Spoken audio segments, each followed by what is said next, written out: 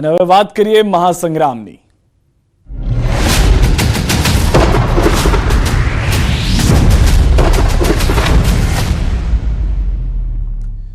બોટાદમાં આમ આદમી પાર્ટીને ચૂંટણી પહેલા મોટો ઝટકો લાગ્યો છે। આપના શહેર પ્રમુખ, મહામંત્રી, સંગઠન મંત્રી સહિતના આગેવાનો અને કાર્યકરોએ પક્ષ પલટો કરી કેસરીઓ ધારણ કરી લીધો છે। ભાજપના કાર્યાલય પર જિલ્લા પ્રમુખના હાથે આપના નેતાઓએ ભાજપનો ખેસ પહેર્યો।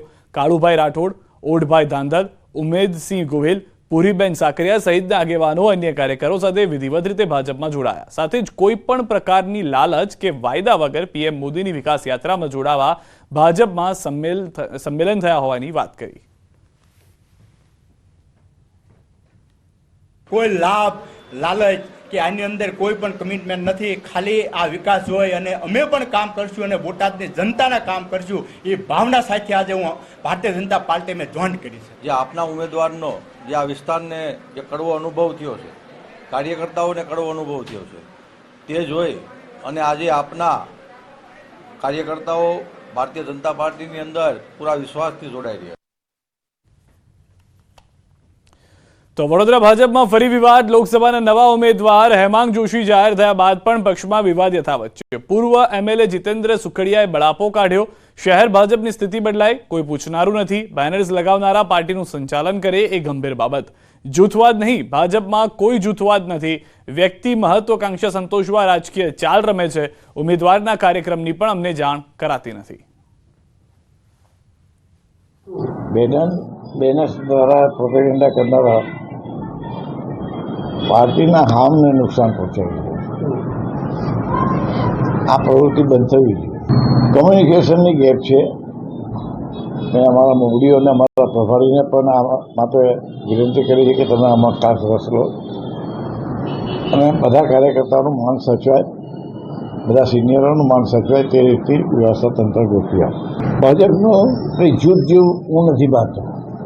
હું તો એકદમ અંદર ખોઈ ગયેલો માણસ છું, આખે ઓતપ્રોત થયેલો માણસ છું। દરેક ઇન્ડિવિજ્યુઅલને પોતાની રીતની સ્ટાઇલથી પોતાના ઇન્ટરેસ્ટથી કામ કરવાની ટેવ પડી છે, જે કેટલાક છે એમને, અને એને કારણે તમે એને જૂથવાદનું નામ આપો પણ જૂથ નથી। કોઈ સામૂહિક જૂથ બનીને એક સામે ટકરાતા હોય એવું કશું આ તે સદનસીબ છે વડોદરાનું કે એવા જૂથ નથી। તેમાં એની હાઉ તંત્ર દ્વારા યોગ્ય સમયે યથાર્થ સ્વરૂપમાં માહિતી પહોંચતી નથી, એ અમારું રેકોગ્નાઇઝ છે। પણ કાર્યકર્તાઓના દિલ જે તૂટે છે, એમાં જે નિરાશા વ્યાપે છે એ લાંબે ગાળાને નુકસાન કરતા નહીં। પાર્ટીને કોઈ વ્યક્તિગત પોતાની માન્યતાઓથી કે પોતાના દબાણથી પાર્ટીને બાનમાં લેવાની આ કોશિશ છે અને આ વસ્તુ ચલાવી લેવાની। તો રાજસ્થાનના પૂર્વ મુખ્યમંત્રી અશોક ગેહલોત ગુજરાતની મુલાકાતે છે, ત્યારે તેમણે બનાસકાંઠાના ડીસાની મુલાકાત લીધી। માલગઢ ગામમાં અશોક ગેહલોતે સભા યોજી, જેમાં કોંગ્રેસ આગેવાન ગેનીબેન ઠાકોર સહિત મોટી સંખ્યામાં કોંગ્રેસના આગેવાનો અને કાર્યકરો ઉપસ્થિત રહ્યા। કોંગ્રેસ કાર્યકરોએ અશોક ગેહલોતનું ઉષ્માભેર સ્વાગત કર્યું, તો ગેહલોત પણ બધા જ કાર્યકરોને મળ્યા। સાથે જ કોંગ્રેસ ઉમેદવાર ગેનીબેન સાથે ચર્ચા પણ કરી। રાજનીતિ અને સામેના ઉમેદવારો, એમના સગાવાલા અને એમની ચૂંટણીનું કેમ્પેન કરવાવાળા વિવિધ ડિપાર્ટમેન્ટના અધિકારીઓને બોલાવીને ફરજિયાતપણે ફાળાની ઉઘરાણી કરી રહ્યા છે। અને એક બાજુ અમને સામેથી 500, 1000, 50 રૂપિયા આપી રહ્યા છે। એટલે એક બાજુ દબાવની રાજનીતિ છે અને એક બાજુ ડેમોક્રેસી લોકશાહીના ભાગરૂપની રાજનીતિ છે। તો ભ્રામક પ્રચાર કરતા કોંગ્રેસ નેતા જ ફસાઈ ગયા। બનાસકાંઠામાં ગુલાબસિંહ રાજપૂતનો વિડીયો વાયરલ થયો। જાહેર મંચ પર પશુપાલકે કોંગ્રેસ નેતાની પોલ ખોલી। તાજેતરમાં એક સભામાં કોંગ્રેસના પૂર્વ ધારાસભ્ય ગુલાબસિંહ રાજપૂતે બનાસ ડેરીના નફા અને દૂધ ભાવ વધારાનો નફો પશુપાલકોને મળ્યો નથી તેવો પ્રચાર કર્યો।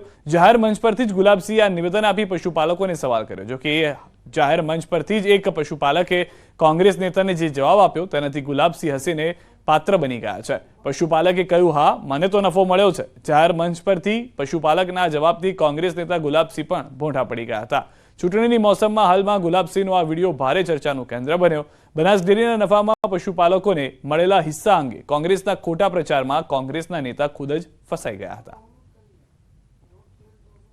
ઠાકરસિંહ ભાઈ, કોઈને દૂધનો વધારો આવ્યો તો કો પાછો આ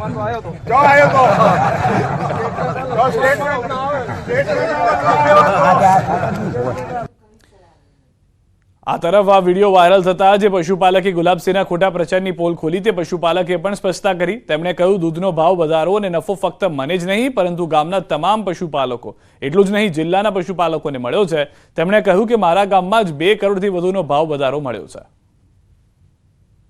આપણા ગામમાં દૂધ મંડળી દ્વારા 2,31,78,328 જેટલો પશુપાલકોને દૂધ વધારો આપેલ છે. એટલે જે દૂધ ભરાયું છે દૂધના પૈસા આવ્યા છે અલગ, પરંતુ 30% જેટલો દૂધ વધારો મારા ગામમાં બનાસ ડેરી દ્વારા ચૂકવેલ છે.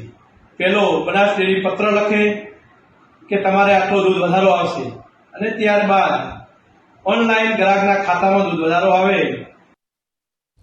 તો આ મુદ્દે બનાસ ડેરી ચેરમેન શંકરભાઈ ચૌધરીએ પણ પશુપાલક બહેનોને પૂછ્યું કે ભાવ વધારો મળ્યો કે નહીં. તો પશુપાલક બહેનોએ પણ હાથ ઊંચા કરી ભાવ વધારા મળ્યાની ખુશી વ્યક્ત કરી. આ વધારો જે આપ્યો તમને બધાને પશુપાલક માતાઓ બહેનોને તમારા ખાતામાં જમા થયો હોય તો હાથ ઊંચો કરીને કહો બધા.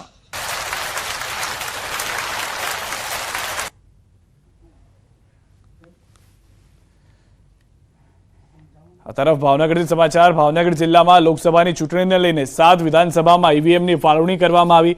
ભાવનગર જિલ્લામાં 7,497 ઈવીએમનું રેન્ડમાઇઝેશન કરાયું. 340 કર્મચારીઓ ઈવીએમની ફાળવણી કરાવશે. ભાવનગરના 1,845 મતદાન મથક છે, જેમાં 2,302 બેલેટ યુનિટ અને 2,489 વીવીપેટ મૂકવામાં આવશે. ભાવનગર જિલ્લા માટે લોકસભાની સામાન્ય ચૂંટણી માટે જે ઇલેક્ટ્રોનિક વોટિંગ મશીનનો સેટ છે, વીવીપેટ, બીયુ અને સીયુ, એનું ફિઝિકલ રેન્ડમાઇઝેશન કરવામાં આવી રહ્યું છે. આપને ધ્યાન છે કે ગયા શનિવારે અમે લોકોએ રાજકીય પક્ષોની હાજરીમાં કોમ્પ્યુટર ઉપર આ રેન્ડમાઇઝેશન અમે કરી દીધેલું. તો હાલના જે દ્રશ્યો પણ આપ જોઈ રહ્યા છો, વીવીપેટ અને ઈવીએમની ફાળવણી કરવામાં આવી છે. ટ્રેનિંગને લઈને પણ વાત કરવામાં આવી. 7 વિધાનસભાની જે બેઠકો છે લોકસભાની અંદરથી તમામ જગ્યાએ મોકલવામાં આવશે. રેન્ડમાઇઝેશનની પ્રક્રિયા પણ કરવામાં આવી. સમાચારોમાં હાલ રોકાઈશું એક વિરામ માટે, પરંતુ તે પહેલા નજર કરીએ ટોપ 3 ખબરો પર. વડોદરામાં સ્વાઇન ફ્લૂ અને કોરોનાનો પગપેસારો. સ્વાઇન ફ્લૂથી એકનું મોત, એક સારવાર હેઠળ, તો કોરોનાના 5 દર્દીઓ સારવાર હેઠળ. કોંગ્રેસના પૂર્વ એમએલએ ગુલાબસિંહ રાજપૂતનો વિડીયો વાયરલ. જાહેર મંચ પર ભ્રામક પ્રચાર દરમિયાન પશુપાલકે ખોલી પોલ. બનાસકાંઠાના વાતાવાડા નજીક હોટલ પર ફાયરિંગ. 3 લોકો કારમાં ફાયરિંગ કરી ભાગતા કાર પલટી, રિવોલ્વર સહિત 3 પકડાયા.